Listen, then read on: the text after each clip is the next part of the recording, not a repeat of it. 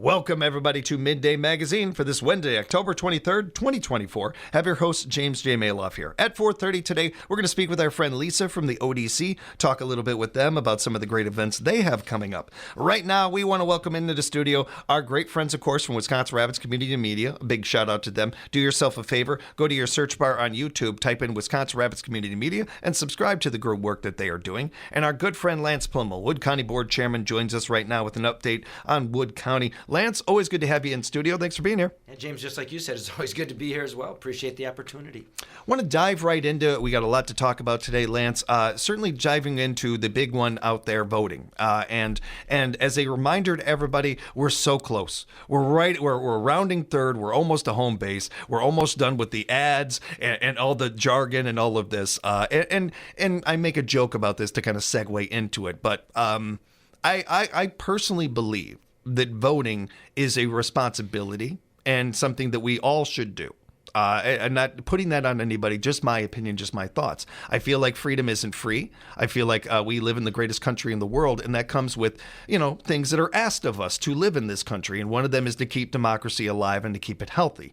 One of the things that we try to do here at WFHR, that WFHR has done for over 80 years, is not only be bipartisan and be down the line, but also keep our audience informed. And I just want to remind everybody out there, myvote.wi.gov.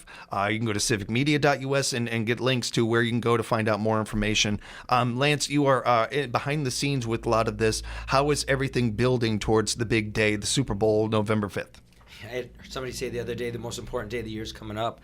And I said, Election Day. They said, no, the last day all these commercials run. We can get back to normal. But, I could use spicier language, but it really is a responsibility. And I always tell you, if you don't vote, and I have people tell me that. They've said, I've never voted. And my exact words aren't "don't complain," but that's what they are. That's what it means. You have to get out there, and you really do a disservice to yourself, your community, and or your country if you don't research those issues. Now, I'm not telling anybody which way to vote. I'm telling you, to go out there, really do the research, and then get to the polls because you make a difference. What amazes me the most, James, and oftentimes we just alluded to some opportunities I get occasionally with candidates, or I just know the people because we deal with them, whether they're incumbents, we deal with them in Washington, or whether we're talking to them as candidates. There's differences, but the one thing that always amazes me during this, I'll call it commercial season, is these commercials that come out and say, candidate A said, and I'll go, no, they didn't. I've met with them 100 times. Or candidate B did, and I go, they didn't do that either. So you really need to sometimes take a little deeper dive into than I watched TV. Like listen to James on the radio. Get the real facts. But no, you really got to get out there. And it isn't just the national elections. I mean, there's local issues, and all politics is local. It starts at home. I don't care. It's not happening right now. It's not on the ballot. But I don't care if it's school board races or town boards, county boards. You really need to get out there and make your voice heard. And you touched on something I really wanted to make sure to hit on. I think that a lot of people out there are certainly going to know candidates that are running for certain positions and everything. And as Lance touched on, be informed, understand these people inside and out when you're going into that booth. But I've heard from a number of listeners that one of the things, panicking almost of, well, wait a minute, what about referendums and things like that are on the ballot? You can find out all that information. You can do your homework and be prepared for this beforehand. And when it comes to what Lance is talking about, I just want to hit home that part of it. These referendums are vital and important to our communities, and researching those are just as important as researching these candidates. Yeah, we got a really big one coming up as far as referendums go in Wisconsin Rapids right now. And that's the ATV-UTV one. Yeah. And I'm not telling anybody how to vote, but I can tell you, we researched this as a county for years, and we were way behind in getting on board and using that as an economic development tool and a tourism tool. And frankly, you are not going to have any more super large industrial, employers that hire 3,000-4,000 people. It doesn't exist anymore. And you say, what are the greatest attributes we have in Wood County? And one of those is tourism. And what has, spurred tourism in the last number of years? It is ATV-UTV usage. And I hear people say, I'll call it the non-fact. Mm-hmm. Well, they'll run up and down the street and cause problems. And I say, a lot of the UTVs today cost $50,000. Mm-hmm. They have all the attributes that a car does. And more importantly, they're less, you hear they're inherently unsafe. Well, not compared to a motorcycle or a moped or maybe a horse and buggy. And so, we took the perspective in the county is, we're going to open our roads up and we'll deal with the problem if it occurs. And we didn't invent that wheel. We looked at what was successful in communities all across the state. And I can give examples like Lafayette County, where they built hotels and resorts and other things. The Reedsburg area, where there's a dealership that had 1,400 units on the floor the other day because they're selling so many. Some of those are lawnmowers, by the way. But I mean, there's a lot of sales going on there, which spurs sales tax and other development. So we're going to attract people to this area because of those recreational attributes we have. So I'm not telling you do one or the other, but I can tell you from a county's perspective, we looked at this and we said, is it inherently unsafe? And the answer was no. I was hoping we'd have an informational meeting yesterday at the city. That did not occur. And it would have given people the opportunity to ask those questions. Do you need to be licensed? Don't you? Do you need insurance? Don't you? All of those kind of things. So do your research, but that's, as James alluded to, that's an important issue that's out there on this ballot. There's a number of people out there too that are actually asking me this before I had Mayor Zach in earlier a while ago, because we were talking about this issue, and there were people like, I see these signs, I don't know what this is for. Yep. And they live like 2 blocks away from my parents. There's a lot of people in the community that understand that this is going to be on the ballot, but what it is and what it's saying. And I talked about this in depth with Sheriff Becker the last time he was on this bill, and I was very honest with him on air, off air, and with the audience. I came into this with a perspective of no. Not right away, because I wholeheartedly admit I come from a background. I've been through I've been into a lot of car accidents in my life when I was a kid, and it had did a real number on me. I had lost an uncle to a drunk driver. I'm very sensitive to this issue, so I wholeheartedly admit that. And one of my concerns was that, and I asked Sheriff Becker point blank, is this something you think we have earned? And without blinking an eye, yes. Is this safe? Something without blinking an eye? Yes, he believes this is. And I take his word very to Yeah, we researched this. This isn't something we just said, hey, this would just sounds fun. So we don't have enough of this in society. I'm owning this, that I could have been wrong on this issue. Well, I certainly needed to do my homework on it, talk to people that understand this issue better than I do, and I feel more informed on it, and I feel much better going in to vote for it. Yeah, research the issue. Whether it's that one, we had some referendums on the last ballot. Sometimes they're worded in a way that's so goofy, it makes it extremely hard to understand. And that's when you maybe need to call somebody who might be able to not tell you which way to vote, but at least tell you a yes vote means this, a no vote means the other, because they do occasionally get confusing. But, this political season's coming to an end. I met with our county clerk, and we have one of the best in the state, Trent Miner. Trent's actually the president of their clerks association at state level.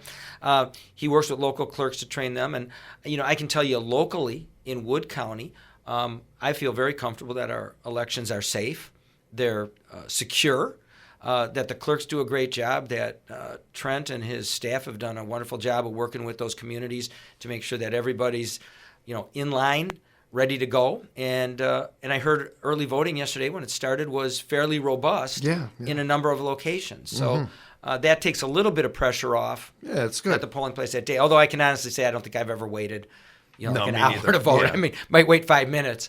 But we're pretty fortunate here. But nonetheless, you never know what weather's going to bring.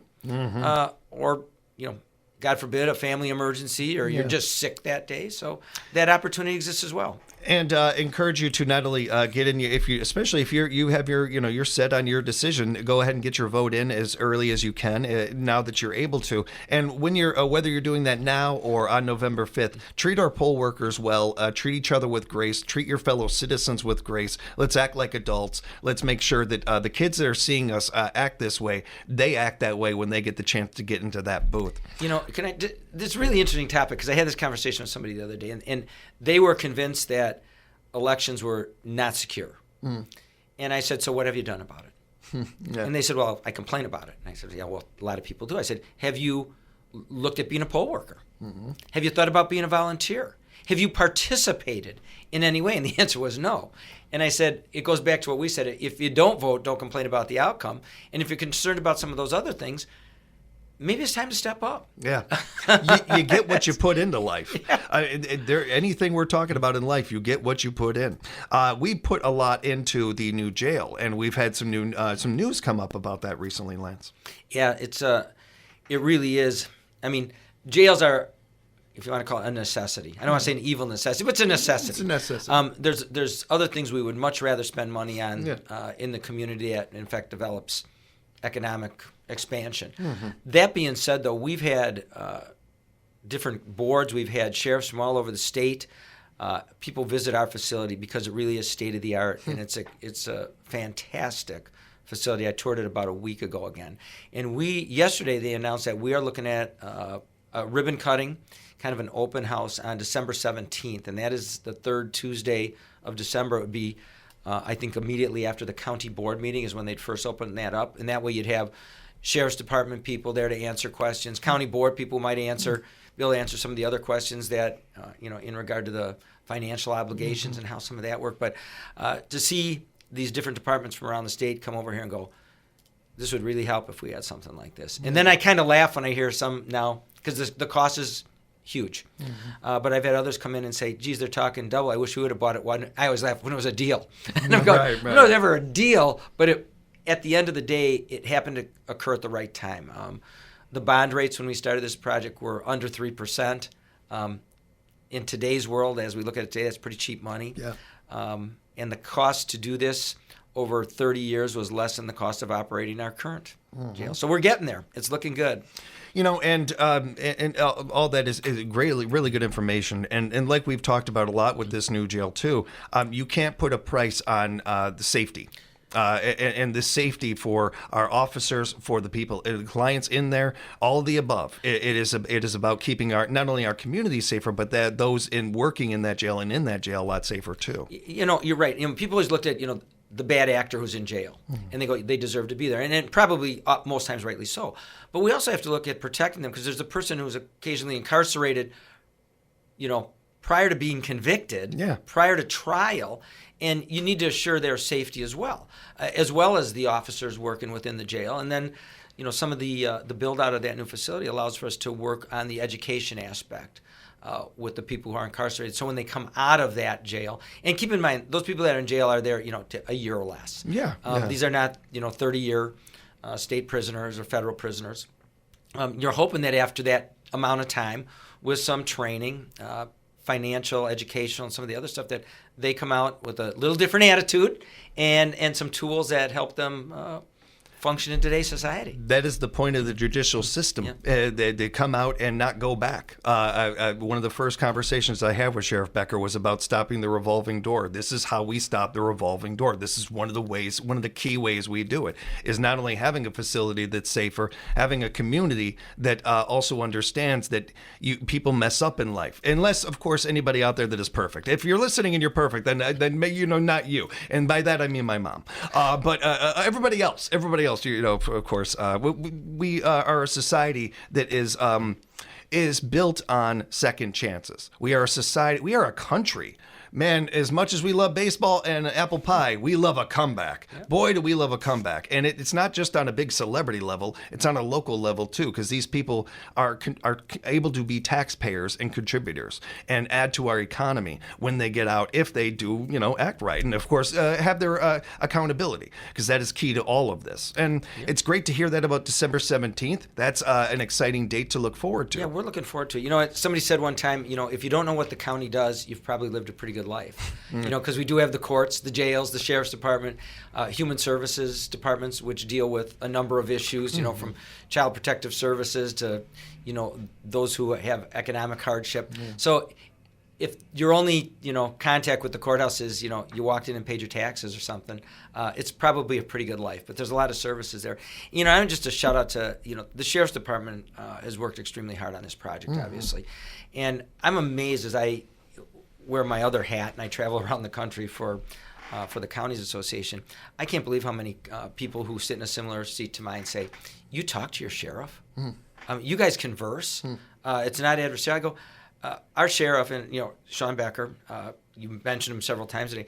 If there's a big decision, oftentimes we'll have these conversations like, what do you think? Prior to making those types of decisions. Now, that's not a decision to arrest somebody, but the more the operational stuff, and at the end of the day, he can tell me I'm nuts, but the point is, those conversations take place, and they take place not only with the sheriff, but we just had the regional legislative breakfast at Midstate a week ago. The thing I'm most proud of is, besides saying you talk to your sheriff, they go, "You've talked to your state legislators?" I go, "Yeah, probably one of them every day." "You talk to the governor's office?" "Uh-huh." Communication is key to everything that we do. Mayor Zacher, and it gets confusing. I laugh because, you had Zach Vrewink and Matt Zach, right? But sometimes it gets a little confusing. But the mayors we've had, whether it be down here in Wisconsin Rapids, up in Marshfield, or everywhere in between, we have these conversations, I don't want to say daily, but on every issue. It's never, I'm not talking to you. Listen to the radio shows just around us. You're going to find out that is not always the case. So thank you to all of those out there who work with us.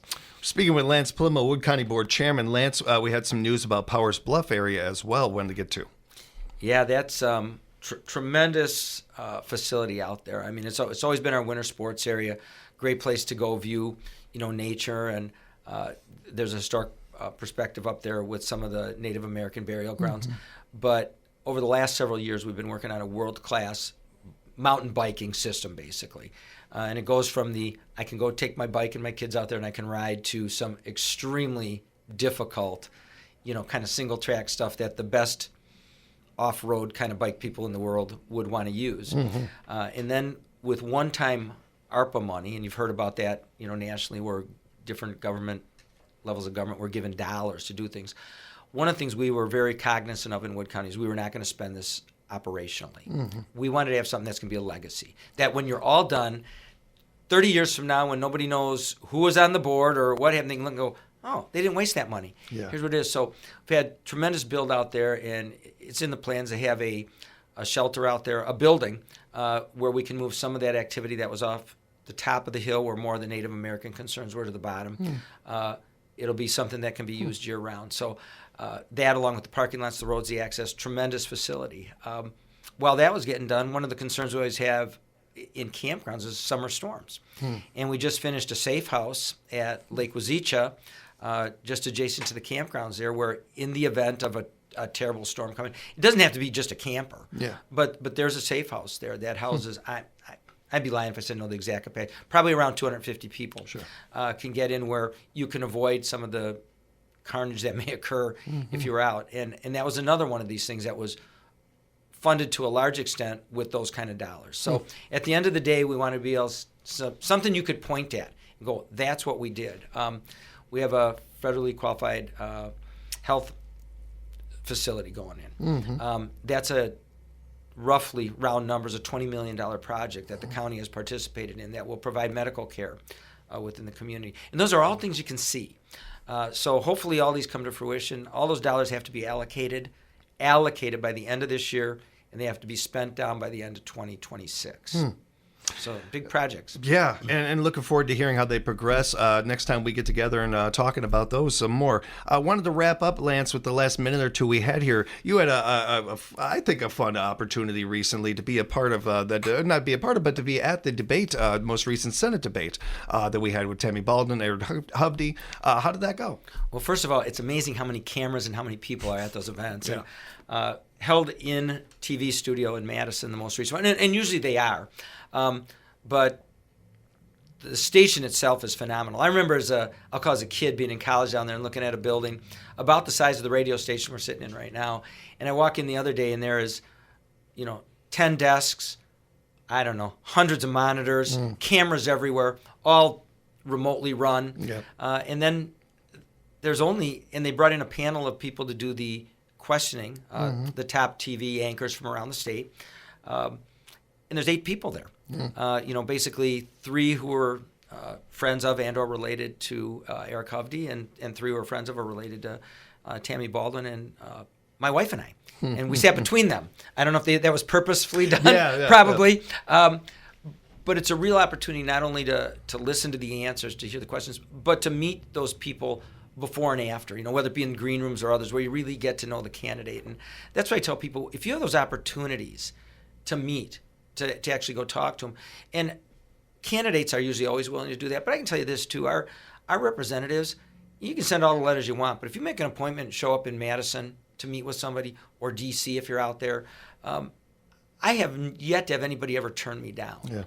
And I never start with, I'm representing this organization and I'm their president. It's could we talk? Yeah. And nobody ever says no. So yeah, those opportunities, whether they're gubernatorial, senatorial debates, those are always fun to go to. That's really cool to hear. I'm as a political junkie myself, I'm a little jealous. As Actually, an equipment junkie, if you just looked at the technology that alone, I would in be these stations fascinated today by. just blew me away. I mean, there's got to be, I don't know, 50 microphones and 20 cameras, and they're all, crazy. every direction. Yeah, it's kind of amazing. They did a great job with that, everybody involved in it. And a real shout out to their moderator, Jill. I thought she was fantastic. She did, and I really love the way the WBA, the rules that they have, and I thought the candidates did very well. It was a really good debate, and it felt like an adult debate too. That was nice. It really was, and and that was done by the Wisconsin broadcasters. They bring in those people from all over the state. Michelle Vetterkind is their executive director, and it amazed me. She knows every single person in broadcasting around the state. And I go to introduce myself to her at the WBA Awards and everything. She's like, "Hello, James." I'm like, how do you know who I am? amazing. I'm nobody. How do you know who I am? She knows everybody. Yeah, She's good. And they're so cordial. And I probably got 3 or 4 texts from her after the event going, "Did you enjoy it? Come back." Yeah, just really great people. You broadcasters are okay. Lance, if people have follow-up questions, would like to know more about what we talked about today, how can they reach you? Well, all of my information is on our Wood County website because you won't remember it if I say it. But my email, my phone, my cell phone, it's all there. Just check on either my name, Lance Pliml, or just look at Wood County. Every county board supervisor and every department head's information's up there. In some cases, our pictures too. WoodCountyWI.gov, WoodCountyWI.gov. And be sure to go to YouTube, type into your search bar, Wisconsin Rapids Community Media, subscribe to the great work that they are doing. We say a big thank you to them over there. Lance, thanks again for talking to us. We'll hang out again next month. Thanks, James. Always appreciate it. Well, and more Midday Magazine coming up for you right here on 97.5 FM, 1320 AM, WFHR. We are locally grown radio.